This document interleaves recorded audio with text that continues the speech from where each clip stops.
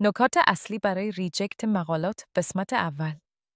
عمده دلایل علمی که برای ریجکت یک مقاله توسط مجلات معتبر علمی صورت می‌پذیرد، تقریباً برای تمامی ژورنال‌ها یکسان می‌باشد که در این متن آنها را با هم مطالعه می‌نماییم تا با رعایت آنها در هرچه بهتر شدن مقالات بکوشیم و از ریجکت شدن آنها توسط سردبیران و داوران ژورنال‌های معتبر علمی جلوگیری نماییم.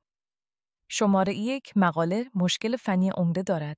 برای مثال، مقاله‌ای که در نگاه اول اشکال یا جداول و رفرنس‌های آن ناقص و یا اشتباه باشد یا برخی از رفرنس‌ها به طور کلی اصلاً ذکر نشده باشند، از سوی مجلات به اصطلاح فست ریجکت می‌شود. منظور از فست ریجکت این است که در همان ابتدای کار، مقاله فست ریجکت می‌شود.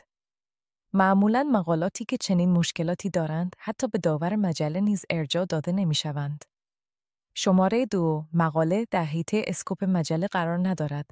بسیاری از مؤلفینی که برای چاپ شدن مقاله خود عجله دارند معمولاً قبل از بررسی کامل اسکوپ مقاله را به مجله ارسال می‌نمایند و یک بار دیگر مقاله قبل از ارجاع به داوران در همان مرحله اول ریجکت می‌شود. بنابراین اطلاع از اسکوپ و حیطه‌های علاقمندی مجله برای ارسال مقاله امری ضروری و بسیار مهم است. شماره 3 مقاله ناقص است. این گونه مقالات عمدتاً شامل مشاهدات مؤلف میباشند بدون اینکه استنتاج علمی و دقیق از آنها انجام شده باشد.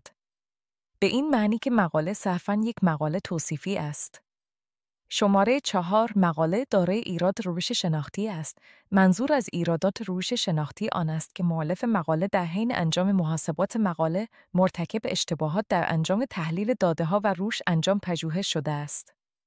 برای مثال، در یک پژوهش فرد به جای استفاده از آزمون‌های آماری در دفتر موجود، از آزمون‌های آماری با ریسک بالا استفاده نموده است.